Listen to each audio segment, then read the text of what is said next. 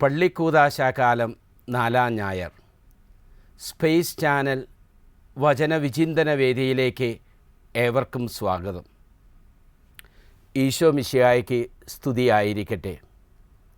നിങ്ങളുടെ പിതാവ് കരുണയുള്ളവരായിരിക്കുന്നത് പോലെ നിങ്ങളേവരും കരുണയുള്ളവരാകുവിൻ എന്ന ആഹ്വാനത്തോടെ പരിശുദ്ധ പിതാവ് ഫ്രാൻസിസ് മാർപ്പാപ്പ ആരംഭിച്ച കരുണയുടെ വർഷം ഇന്ന് അവസാനിക്കുകയാണ്. 2015 ഡിസംബർ 8-ാം തീയതി ദൈവമാതാവിൻ്റെ അമലോത്ഭവ തിരുനാളിലാണല്ലോ കരുണയുടെ വർഷം ആരംഭിച്ചത്. കരുണയുടെ വർഷം അവസാനിക്കുന്നതോ പള്ളിക്കൂദാശാകാലം 4-ാം ഞായർ, ആരാധനാ വത്സരത്തിൻ്റെ അവസാന ഞായർ. ഈശോ തന്നിലൂടെ പിതാവായ ദൈവത്തിന് നമ്മെയും നമ്മുടെ പ്രിയപ്പെട്ടവരെയും തിരുസഭയെയും മനുഷ്യകുലത്തെയും പ്രപഞ്ചം മുഴുവനും പിതാവായ ദൈവത്തിന് സമർപ്പിക്കുന്ന ക്രിസ്തുരാജത്വ തിരുനാളിലും മുഴുവൻ രക്ഷാകര കർമ്മവും പരിശുദ്ധ കന്യകാമറിയത്തിൻ്റെ അമലോത്ഭവത്തിൽ തുടങ്ങുന്ന ഈശോയുടെ രാജ്യത്വത്തിൽ സമാപനം കുറിക്കുന്ന ഈ രക്ഷാകര സംവത്സരത്തിൻ്റെ ആകെത്തുകയാണ് കരുണയുടെ വർഷം. കരുണയുടെ വർഷം അവസാനിക്കുമ്പോൾ കരുണയുടെ കവാടങ്ങൾ റോമിലെ ബസിലിക്കകളിലും നമ്മുടെ നാട്ടിലെ രൂപതയിലെയും ഇടവകകളിലെയും കരുണയുടെ വാതിലുകൾ അടയ്ക്കുമ്പോൾ കർത്താവായ ദൈവം തൻ്റെ കരുണയുടെ വാതിൽ അടയ്ക്കുകയാണോ? ഒരിക്കലുമല്ല. ഈ കരുണയുടെ വർഷം എന്നും എല്ലായ്പ്പോഴും പിതാവായ ദൈവത്തിൻ്റെ കരുണയിലേക്ക് നമ്മെ ക്ഷണിക്കുന്നതാണ്. ക്രിസ്തുവിൻ്റെ രാജ്യത്വത്തെ നാം പ്രഘോഷിക്കുമ്പോൾ ഈ കരുണയെ തന്നെയാണ് നാം പ്രഘോഷിക്കുന്നത്. ഈ കരുണയാകുക, ഈ കരുണ ഏകുക, അതാണ് ഓരോ ക്രിസ്ത്യാനിയുടെയും ജീവിത ദൗത്യമെന്ന് ഈ കരുണയുടെ വർഷം നമ്മെ ഓർമ്മിപ്പിക്കുന്നു. ആ വിശ്വാസത്തിൽ നമുക്ക് ജീവിക്കാം. ക്രിസ്തു രാജ്യത്വ തിരുനാളിൻ്റെ കാതലെന്താണ്? ഞാൻ ലോകത്തിലാണ് ജീവിക്കുന്നതെങ്കിലും ഞാൻ ദൈവത്തിൻ്റേതാണ്. ഈ ലോകവും ഈ പ്രപഞ്ചവും ഇതിലെ എല്ലാ സർവചരാചരവും എല്ലാ മനുഷ്യരും ദൈവത്തിൻ്റേതാണ്, ദൈവത്തിൻ്റേത് മാത്രം. അത് തിരിച്ചറിഞ്ഞ് ദൈവത്തിൻ്റെ ഛായയിലും സാദൃശ്യത്തിലും സൃഷ്ടിക്കപ്പെട്ട് ദൈവ തിരുകുമാരൻ്റെ തിരുരക്തത്താൽ രക്ഷിക്കപ്പെട്ടവരാണ് ഓരോ ക്രിസ്തീയ മക്കളും. എന്താണ് ക്രിസ്തീയ രാജ്യത്വത്തിൻ്റെ ആകത്തുക? അത് സ്നേഹമാണ്. ക്രിസ്തീയതയുടെ മുഖമുദ്ര സ്നേഹമാണ്. ആ സ്നേഹത്തിൻ്റെ നമുക്ക് മനസ്സിലാകുന്ന രൂപമാണ് കരുണാർദ്രമായ സ്നേഹം. സ്നേഹത്തോളം വരുന്നതല്ല ഒന്നും. ദൈവം സ്നേഹമാകുന്നുവെന്ന് യോഹന്നാൻ ശ്ലീഹ നമ്മെ പഠിപ്പിച്ചു. ഈശോയുടെ ജീവിതം തൊട്ടറിഞ്ഞ, കണ്ടറിഞ്ഞ, കേട്ടറിഞ്ഞ യോഹന്നാൻ ശ്ലീഹായ്ക്ക് നമ്മോട് പറയാനുള്ളത് ദൈവം സ്നേഹമാണ്. ദൈവത്തിൻ്റെ കാരുണ്യത്തിൻ്റെ മുഖമാണ് ഈശോ എന്നാണ് പരിശുദ്ധ മാർപ്പാപ്പ ഈ ജൂബിലി വത്സരം പ്രഘോഷിച്ചു കൊണ്ട് നൽകിയ തിരുവെഴുത്തിൽ പറയുന്നത്. ഈശോയുടെ തിരുമുഖം. രക്ഷാകര കർമ്മത്തിൻ്റെ ആരംഭത്തിൽ ദൈവം അബ്രാഹത്തെ വിളിച്ചപ്പോൾ ഉൽപ്പത്തിയുടെ പുസ്തകം 17-ാം അധ്യായം 1-ാം വാക്യത്തിൽ ദൈവം അബ്രാഹാമിനോട് പറഞ്ഞു, എൻ്റെ മുഖത്തേക്ക് നടക്കുക, പരിപൂർണനാകുക. ദൈവത്തിൻ്റെ മുഖം കണ്ടുകൊണ്ടാണ് അബ്രാഹാം നടക്കേണ്ടത്. എങ്ങനെയാണ് ദൈവത്തിൻ്റെ മുഖം കാണുക സഹോദരരെ? അന്ന് അബ്രാഹാമിന് ദൈവകൽപ്പനകൾ മാത്രമേ, ദൈവത്തിൻ്റെ നിയമങ്ങൾ മാത്രമേ സ്വന്തമായിരുന്നുള്ളൂ. പിതാവിൻ്റെ മുഖം കാണുവാൻ നാം ഏറെ രക്ഷിക്കപ്പെട്ടവരാണ്. ഈ രക്ഷയുടെ സംവത്സരത്തിൽ ജീവിക്കുന്ന നമുക്ക് പിതാവിൻ്റെ മുഖം കണ്ടുകൊണ്ട് പിതാവിൻ്റെ മുഖത്തേക്ക് നടക്കുവാൻ ഈശോയെ നൽകുകയായിരിക്കുകയാണ്. ഈശോയുടെ വചനം, ഈശോയുടെ പ്രവൃത്തി, അതിലാണ് ഈ പിതാവിൻ്റെ മുഖം നാം തെളിഞ്ഞു കാണുന്നത്. അവിടുത്തെ സ്വരം തെളിവാർന്ന് കേൾക്കുന്നത്. ആ സ്വരം കേട്ടുകൊണ്ടേ, ആ മുഖം കണ്ടുകൊണ്ടേ പിതാവിലേക്ക് നാം നടന്നെടുക്കണം. അതിനുമാണ് ഈശോയുടെ വാക്കുകൾ, ഈശോയുടെ പ്രവൃത്തികൾ, ഈശോ പറഞ്ഞ എല്ലാ ഉപമകളും, ഈശോ ചെയ്തിട്ടുള്ള എല്ലാ അത്ഭുത പ്രവൃത്തികളും ദൈവത്തിൻ്റെ അതീശത്വമോ ദൈവത്തിൻ്റെ സർവശക്തിയോ കാണിക്കുവാനല്ല, ദൈവത്തിൻ്റെ കാരുണ്യത്തെ നമുക്ക് നൽകുവാനാണ്. ഓരോ അവസരത്തിലും, ഓരോ വാക്കിലും, ഓരോ പ്രവൃത്തിയിലും, ഓരോ അത്ഭുതത്തിലും ദൈവകാരുണ്യം, പ്രിയപ്പെട്ട സഹോദരീ സഹോദരന്മാരെ, അതുമാത്രം, അത് മുഴുവനും. സമയത്തിൻ്റെ ആരംഭത്തിൽ പുത്രനായ ദൈവം ഇങ്ങനെ പ്രഘോഷിച്ചു, ഇതാ ഞാൻ നിൻ്റെ തിരുമനസ് നിറവേറ്റുവാൻ. സമയത്തിൻ്റെ തികവിൽ പരിശുദ്ധ കന്യകാമറിയത്തെ ദൈവം തിരഞ്ഞെടുത്തു. ആ അമ്മയുടെ ഉത്ഭവത്തിൽ തന്നെ ദൈവത്തിൻ്റെ തിരുമുഖത്തിൽ നിന്ന് മാറിപ്പോയ മനുഷ്യനെ ആ തിരുമുഖത്തിലേക്ക് കൊണ്ടുവരുവാനുള്ള, മനുഷ്യപുത്രന് ജന്മമെടുക്കുവാനായി ആ സ്ത്രീയെ ഒരുക്കുകയായിരുന്നു. അതാണ് പരിശുദ്ധ അമ്മയുടെ അമലോത്ഭവം. പിതാവായ ദൈവം പരിപൂർണനായിരിക്കുന്നത് പോലെ നിങ്ങളും പരിപൂർണരാകുവിൻ. പാപമില്ലാത്ത ജീവിതം. ഫ്രാൻസിസ് മാർപ്പാപ്പ ഒരിക്കൽ ഒരു ഫ്രഞ്ച് ചിന്തകനെ ഉദ്ധരിച്ചുകൊണ്ട് പറയുകയുണ്ടായി, വിശുദ്ധനാകാതിരിക്കുന്നതാണ് ഏക പരാജയം. അമലോത്ഭവ മാതാവിൻ്റെ മക്കളായ നമുക്ക് ഓർക്കാം, വിശുദ്ധനാകാതിരിക്കുന്നതാണ് ഏക പരാജയം. വിശുദ്ധനാകാനുള്ള വഴിയോ ദൈവ തിരുമനസ്, അതുമാത്രം, അത് മുഴുവനും. ദൈവദാസനായ കനിയൂസിയുസച്ചൻ തൻ്റെ ജീവിത മാതൃകയായി നമ്മുടെ മുൻപിൽ വെച്ചിരിക്കുകയാണ്. വിശുദ്ധ ഗ്രന്ഥത്തിൻ്റെ ആകത്തുകയായ ഈ കരുണ, പിതാവിൻ്റെ അനന്തമായ കരുണ നമ്മുടെ മുൻപിൽ വെച്ചുകൊണ്ട് പറയുകയാണ്, ദൈവ തിരുമനസ്, അതുമാത്രം, അത് മുഴുവനും. പിതാവായ ദൈവത്തിൻ്റെ അനന്തമായ കരുണയെ കാണിക്കുന്ന, കരുണയുടെ ഈ കവാടങ്ങൾ അടഞ്ഞുപോയാലും നമ്മെ കരുണയിലേക്ക് നയിക്കുന്ന ഒരു കൊച്ചു കഥ, ഒരു പഴങ്കഥ ഞാൻ പറഞ്ഞു കൊള്ളട്ടെ. തോമസും റാണിയും ബാംഗ്ലൂർ ജീവിക്കുന്നു. അവർക്ക് 2 മക്കൾ, ടോമിയും മേരിയും.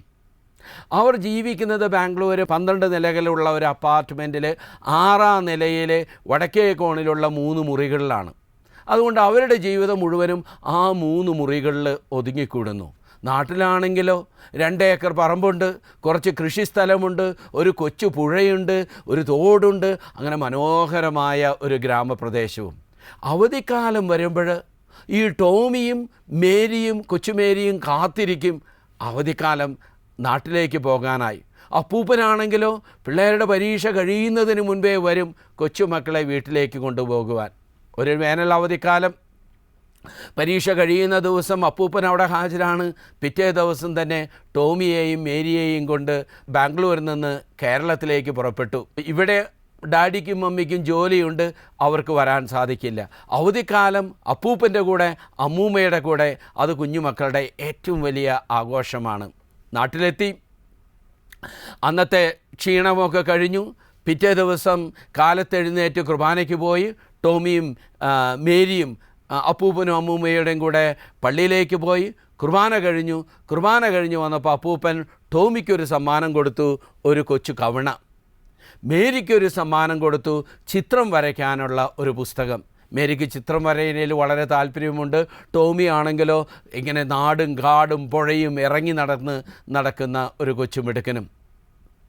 ടോമി ഇറങ്ങി തൻ്റെ കവിണയും കൊണ്ട്, കവിണ കയ്യിൽ വെറുതെ കിട്ടിയിരുന്നിട്ട് കാര്യമുണ്ടോ, ആ കല്ലും കൊണ്ട് അവൻ ഇറങ്ങി നടന്നു. ഉച്ചവരെ മുഴുവനും നടന്നു. എല്ലാറ്റിനും നേരെയും കവിണ എറിഞ്ഞു. അണ്ണാനും കാക്കയ്ക്കും പ്രാവിനും പൂച്ചയ്ക്കും ഒന്നിനും കല്ലുകൊണ്ടില്ല. നേരത്ത് അവൻ തിരിച്ചു പോരുകയാണ് പറമ്പിൽ നിന്ന്. അവന് സ്വല്പം ഒരു നിരാശയുണ്ട്. ഇത് മുഴുവനും കല്ലെറിഞ്ഞിട്ട് ഒന്നും കിട്ടിയില്ലല്ലോ. അവന് ആഗ്രഹം ഉണ്ടായിരുന്നു, മാങ്ങ വീണില്ലെങ്കിലും മാവിലൊന്ന് കൊള്ളിക്കണമെന്നെങ്കിലും ഉണ്ടായിരുന്നു. നടക്കില്ല.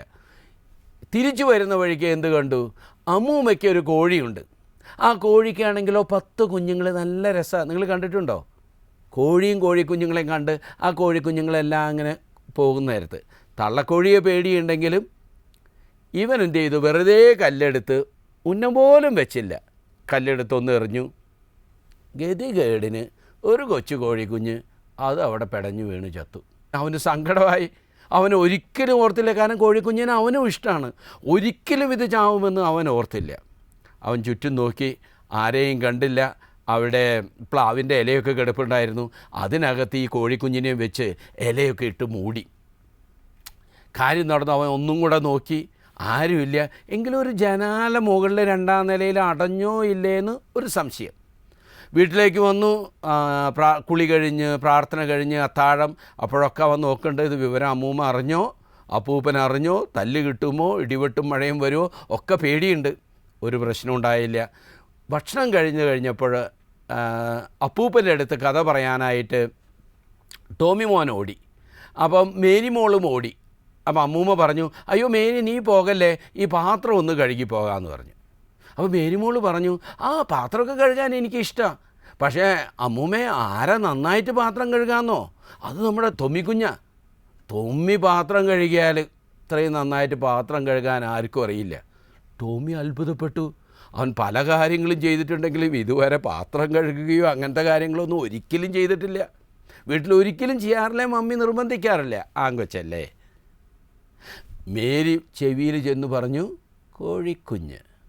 കാര്യം മനസ്സിലായി. മേരി ആ ജനാലയ്ക്കുണ്ടായിരുന്നു. കോഴിക്കുഞ്ഞിൻ്റെ കാര്യം പാത്രം കഴുകിയില്ലെങ്കിൽ പറയുമെന്നുള്ള ആ വെല്ലുവിളി, ആ ബ്ലാക്ക് ടോമിക്ക് തിരിഞ്ഞു. പാത്രമൊക്കെ കഴുകി. മുഴുവൻ ശരിയായൊന്നുമില്ല. അമ്മൂമ്മയും പാവം കൊച്ച് കഴുകിയതല്ലേ, വലിയ ബുദ്ധിമുട്ടില്ല. പിറ്റേ ദിവസം രാവിലെ ഇതുപോലെ തന്നെ കുർബാന കഴിഞ്ഞു, ബ്രേക്ക്ഫാസ്റ്റ് കഴിഞ്ഞു. ടോമി വീണ്ടും കവണയെടുത്ത് പുറത്തിറങ്ങാമെന്ന് വിചാരിച്ചു. അപ്പോൾ മേരിയും പോകുന്നുണ്ട്. അപ്പൂപ്പൻ പറഞ്ഞു ചൂണ്ടയിടാൻ പോവുകയാണെന്ന്. അപ്പോൾ മേരിയും പറഞ്ഞു ഞാനും വരുന്നുണ്ട്. അമ്മൂമ്മ പറഞ്ഞു, അങ്ങനെ നിങ്ങൾ 2 പേരും പോയാൽ എങ്ങനെയാണ് മേരിയെ, നീ ഈ കറിക്കൊക്കെ ഒന്ന് അരിഞ്ഞ് എന്നെ ഒന്ന് സഹായിക്കും. അപ്പോൾ മേരി വീണ്ടും പറഞ്ഞു, കറിക്ക് അരിയാനോ, അതിനെന്താ അമ്മൂമ്മേ? പക്ഷേ ആരാ നന്നായിട്ട് കറിക്ക് അരിയാനോ? ടോമിയാണ്. ടോമിക്ക് സങ്കടമാവും ടോമിക്ക് കറിക്ക് അരിഞ്ഞില്ലെങ്കിൽ. ടോമിയാണ് വീട്ടിൽ എപ്പോഴും ചെയ്യുന്നത്. നേരത്തെ പോലെ ഇതുവരെ ടോമി കറിക്ക് അരിഞ്ഞിട്ടില്ല. മേരി വീണ്ടും ചെന്ന് പറഞ്ഞു, കോഴിക്കുഞ്ഞ്. പാവം തൊമ്മി ആ കറിക്ക് അരിഞ്ഞ് അമ്മൂമ്മയുടെ കൂടെ നിന്നു. ഇതൊരു 2-3 ദിവസം ഇതിങ്ങനെ തുടർന്നു. ടോമിക്കും അടുത്തു. ഏറ്റവും രസമാകുന്ന അവധിക്കാലം പാത്രം കഴുകിയും കറിക്ക് അരിഞ്ഞും വീട്ടുപണിയും ചെയ്തും തീരുക. എല്ലാ സമയത്തും അതിനേക്കാൾ കൂടുതലാണ് ഈ മേരി ഇങ്ങനെ എന്നെ പറ്റിക്കുന്നല്ലോ എന്ന് ഓർത്തുള്ള സങ്കടം. അവൻ തീരുമാനിച്ചു, ഇത് മതി, ഞാൻ ഏതായാലും അമ്മൂമ്മയോട് കാര്യം പറയാം. ഒരു ദിവസം അത്താഴമൊക്കെ കഴിഞ്ഞപ്പം അമ്മൂമ്മയോട് പറഞ്ഞു, അമ്മൂമ്മ എന്നെ തല്ലല്ലേ, ഞാൻ തീർച്ചയായിട്ടും ഞാനത് അറിഞ്ഞ് ചെയ്തതല്ല, പറ്റിപ്പോയതാണ്. എന്താ മോനെ നീ പറയേ? അവൻ കാര്യം പറഞ്ഞു. അമ്മൂമ്മേ, അന്ന് ഞങ്ങൾ വന്ന് പിറ്റേ ദിവസം അപ്പൂപ്പൻ കവണ തന്നില്ലേ, അന്ന് കയറി വരുന്ന നേരത്ത് ഒരു കല്ലെടുത്തെറിഞ്ഞപ്പോൾ കോഴിക്കുഞ്ഞാ ചത്തുപോയത്. എനിക്ക് പേടി, കാരണം ഞാനത് ആ പ്ലാവിൻ്റെ ചുവട്ടിൽ എന്നെ കുഴിച്ചിട്ടു. അമ്മൂമ്മ എന്നെ തല്ലരുത്, ഞാൻ വേണമെന്ന് വിചാരിച്ച് ചെയ്തതല്ല.